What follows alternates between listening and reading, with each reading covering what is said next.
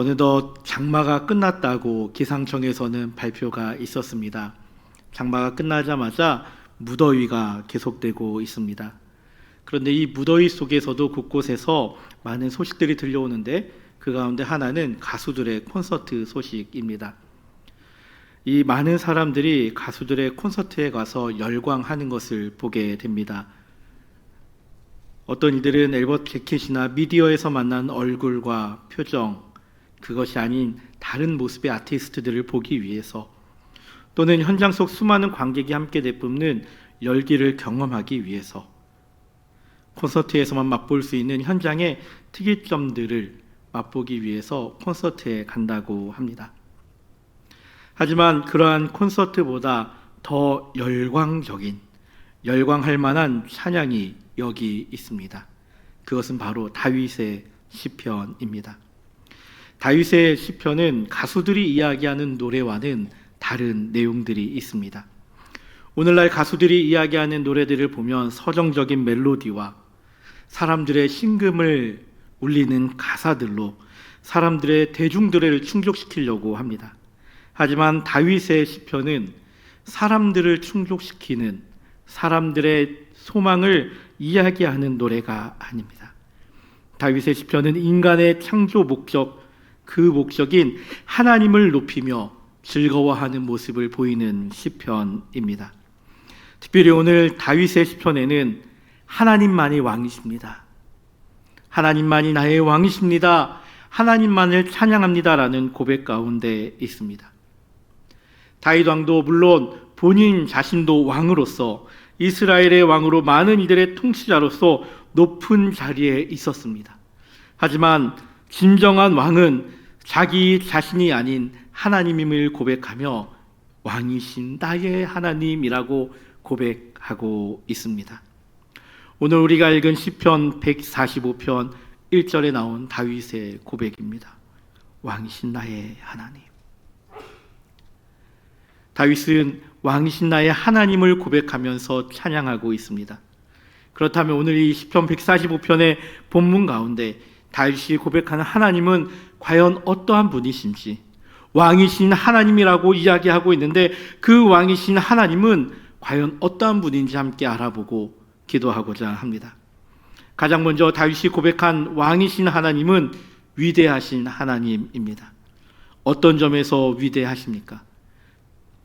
하나님은 그 존재만으로도 위대하신 분입니다. 그 누구와도 그 무엇과도 비교할 수 없고 측량할 수 없으신 분입니다. 하나님은 비교의 대상이 아닙니다.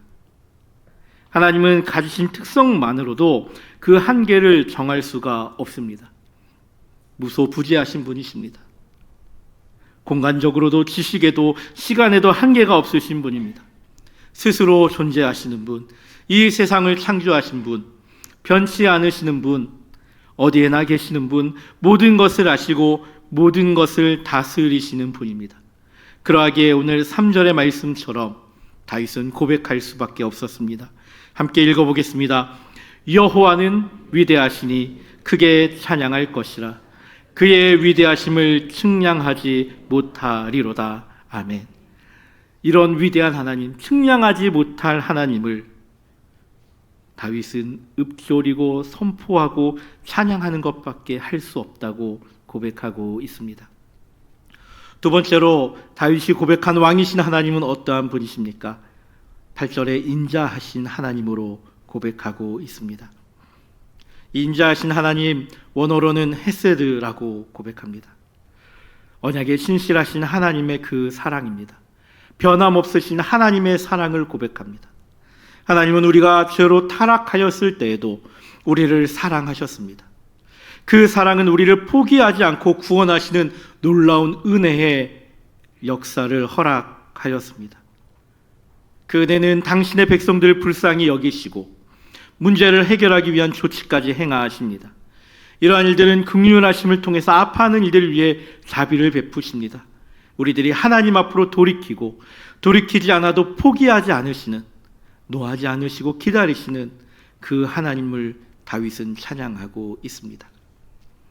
우리가 자녀들을 양육할 때 어떠합니까? 내 마음에 들지 않는 행동 하나에도 우리들은 울컥하고 화내고 우리 아이들을 다그치지 않습니까? 하지만 하나님은 은혜로우시며 긍휼이 많으시며 노하기를 더디하시며 인자하심이 크시기에 그 인자하심으로 우리를 기다리고 또 베푸시고 또 사랑하고 계십니다. 세 번째로 다윗은 하나님을 찬양하며 영원하신 나의 왕이신 하나님은 영원히 통치하시는 하나님입니다라고 고백하고 있습니다. 다윗은 이스라엘의 왕이었습니다. 하지만 그는 그의 통치가 영원하지 않는다는 것을 알고 있었습니다. 다윗 앞에는 사울 왕이 있었습니다. 사울 왕은 하나님을 떠남으로 인하여 또 하나님의 버림을 받아 죽임을 당한 왕이었습니다. 하나님이 주신 성전 건축에 대해서 자신이 이룰 수 없음을 알고 있었습니다. 즉 자신의 통치에는 끝이 있음을 사울을 통해서 하나님의 약속을 통해서 알고 있었던 왕입니다. 자신의 통치는 한때이지만 하나님의 통치는 다름을 고백하고 있습니다. 하나님은 영원히 통치하시는 왕이십니다. 역사 속에는 수없이 많은 나라들이 생겼다가 사라지기를 반복하였습니다. 그 가운데 영원한 나라는 없습니다. 중국의 춘추 전국 시대를 마무리하였던 진나라도 결국은 얼마 지나지 않아 사라졌습니다.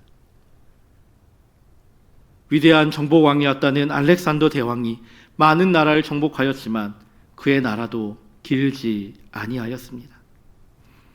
그 이후에 나타난 수없이 많은 제국들, 성경 속에 드러나는 나라들도 있었지만 자신들의 힘을 과시하고 넓은 땅을 지배했던 그들도 영원하지 않았습니다.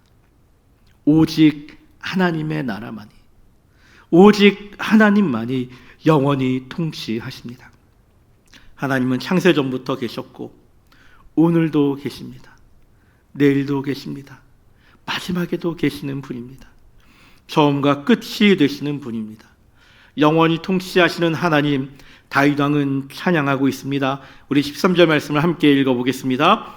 주의 나라는 영원한 나라이니 주의 통치는 대대에 이르리이다. 아멘. 이 시편의 고백들을 살펴볼 때 우리는 이 145편을 읽을 때 그저 말씀을 읽듯이 읽었지만 이 말씀을 읽어가며 우리들의 마음은 점점점 고조되어야만 합니다. 이 말씀을 읽어가며 왕이신 나의 하나님, 거룩하신 이름을 영원히 송축하겠습니다. 처음에서부터 끝까지 읽어가며 우리들의 마음 가운데는 왕이신 나의 하나님을 찬양할 수밖에 없음을 고백하며 나아가야 합니다. 하지만 우리는 어떠합니까? 우리는 이 말씀을 읽어가면서 하나님만이 나의 왕이십니다, 나의 왕이신 하나님을 찬양합니다라고 내 마음속 깊은 곳에서 고백할 수 있습니까? 세상에서 하나님과 비교할 수 있는 것은 없는데 여전히 이 세상의 것을 바라보며 하나님과 저울질하고 있지는 않습니까? 이 세상에서 위로를 얻고 세상의 것을 바라보며 찬양하고 있지는 않습니까? 세상이 주는 풍요 속에서 쉼을 얻으려고 하고 있지는 않습니까? 하나님과 다른 것을 비교하지 마십시오. 하나님은 비교의 대상이 아닙니다. 하나님은 비교할 수 없는 분이십니다. 위대하신 하나님입니다. 사람은 그 약속을 잊을 수 있고 어길 수 있지만 하나님은 그 약속을 잊지 않으시고 불쌍히 여기시고 참으심으로 그 약속을 이루시는 신실하신 분이십니다. 그리고 우리의 유한한 것들 가운데 유한한 것을 바라보며 살아가는 우리지만 하나님은 변하지 않고 변하지 않으시는 그 영원한 분이심을 기억해야 합니다. 영원히 우리를 통치하십니다. 내가 하나님의 통치를 받고 싶지 않다 이야기할지라도 하나님은 우리를 바라보시며 우리를 다른 길로 가지 않도록 그의 법으로 영원히 통치하시는 분이십니다. 영원하신 하나님입니다. 우리는 그 다윗이 고백하였던 그 하나님을 함께 고백하며 나아가기를 원합니다. 우리 본문 1절을 마지막으로 함께 읽고 찬양하며 나아가겠는데요. 본문 1절 함께 큰 소리로 함께 읽어보겠습니다. 왕이신 나의 하나님이여, 내가 주를 높이고 영원히 주의 이름을 송축하리이다. 한 번 더 읽어보겠습니다. 왕이신 나의 하나님이여, 내가 주를 높이고 영원히 주의 이름을 송축하리이다. 아멘. 이 말씀이 우리의 고백이 되길 소원합니다. 이 말씀이 우리의 삶의 고백이 되길 소원합니다. 함께 고백하며